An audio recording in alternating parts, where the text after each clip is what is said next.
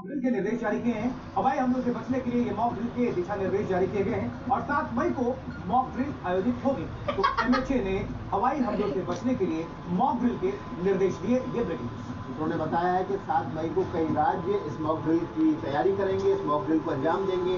हवाई हमलों से बचने के खास तौर पर इस मॉक ड्रिल में निर्देश दिए जाएंगे, बचाव के तरीके सिखाए जाएंगे। इस मॉक ड्रिल के दौरान ब्लैकआउट भी किया जाएगा।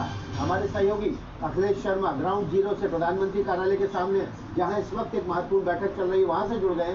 सीधे अखिलेश का रुख कर लेते हैं। अखिलेश, पहलगाम के बाद जो तैयारियां हैं वो बॉर्डर पर चल रही, लेकिन बॉर्डर के अंदर यानी कि देश के भीतर जिन तरह के आम नागरिकों को तैयार रहना चाहिए, जिस तरह से उसकी तैयारियां मॉक ड्रिल के जरिए की जाएंगी। बिल्कुल, और आपको बता दूं विकास की 1971 के बाद से शायद ये पहली बार है जब पूरे देश में इस तरह की मॉक ड्रिल हो रही है।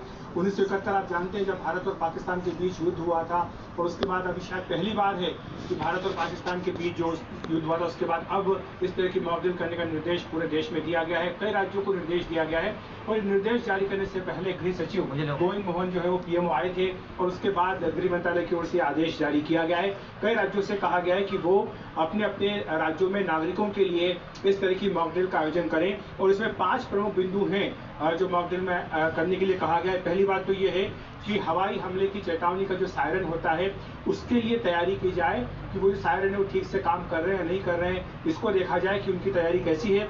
दूसरा पॉइंट ये कहा गया कि जो नागरिक हैं और साथ ही छात्र वगैरह हैं उन्हें तैयार किया जाए इस बात के लिए कि अगर कोई हमला होता है, कोई हॉस्टाइल अटैक होता है तो अपने आप को कैसा बचाव करना है, अपने आसपास के लोगों का किस तरह से बचाव करना है। तीसरा इसमें प्रोविजन किया जाएगा कि क्रैश ब्लैकआउट मेजर्स कैसे हो, यानी अगर कोई हवाई हमला होता है, अगर सायरन बजते हैं तो पूरे जगह पर किस तरह से अंधेरा करना है, ताकि अंधेरे का अगर रोशनी होती है तो दुश्मन के जहाज उसका फायदा उठा सकते हैं, अंधेरे में वो पहचान नहीं कर सके, इसके लिए ब्लैकआउट करना ये भी निर्देश दिया गया है।